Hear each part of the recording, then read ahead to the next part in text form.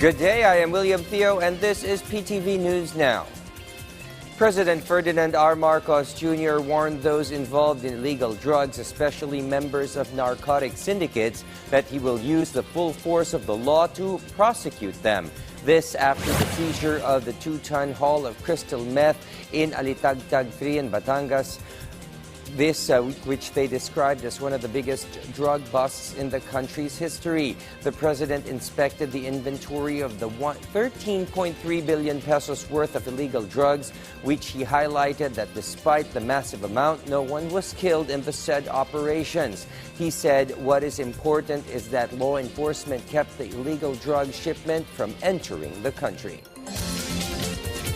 All eyes are on Iran after President Joe Biden hosted Iraq's prime minister, whose Middle East neighbor, over the weekend made a historic first strike on Israel. The attack has inflamed concerns of a wider regional war. VOA's Anita Powell has the report.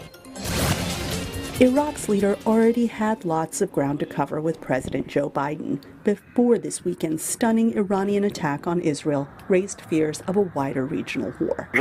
Even though the U.S. is describing the aerial assault as a failure, Iraq's leader acknowledged that the conflict between Israel and Hamas is of major concern in the region. We are actually very eager about stopping this war, which claimed the lives of thousands of civilians, women, and children. And we encourage all the efforts about stopping the expansion of the area of conflict. The two nations have a delicate relationship after decades of U.S. military involvement in Iraq. U.S. anti-aircraft assets in northern Iraq were used to shoot down some of the Iranian missiles.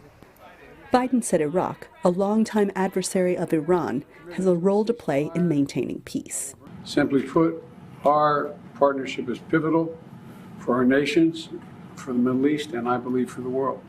Earlier Monday, al-Sudani's deputy met with U.S. Secretary of State Antony Blinken, and both hailed the regional cooperation that thwarted the attack and urged de-escalation. And I think what this weekend demonstrated is that Israel did not have to and does not have to defend itself alone when it is the victim of an aggression, the victim of an attack. In the 36 hours since, we have been coordinating a diplomatic response to seek to prevent escalation. Strength and wisdom need to be the same sides, the different sides of the same coin. We call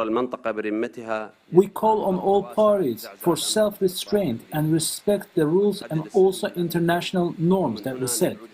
No major bilateral moves were announced Monday, but analysts say there are things Iraqi leadership can do. Iraq needs to make its preference for reduced escalation clear, and that's both talking to the Iranians, but also talking to other Arab states and talking to the United States that this is negative from Iraq's point of view, and that it wants all the powers to take responsible action to try to reduce escalation.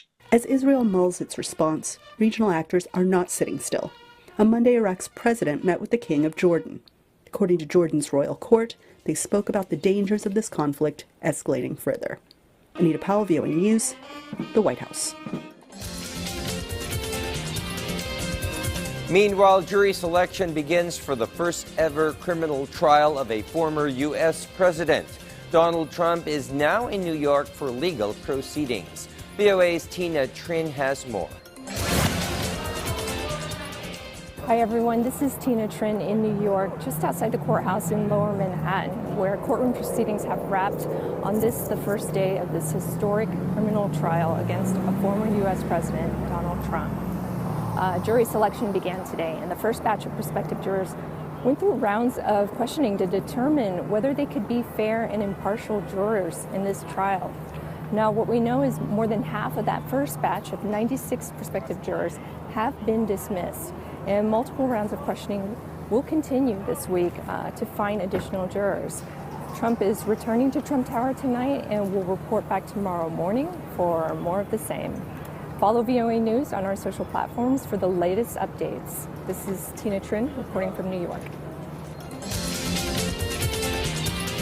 This is William Theo. Stay informed, get ahead, get the news right here.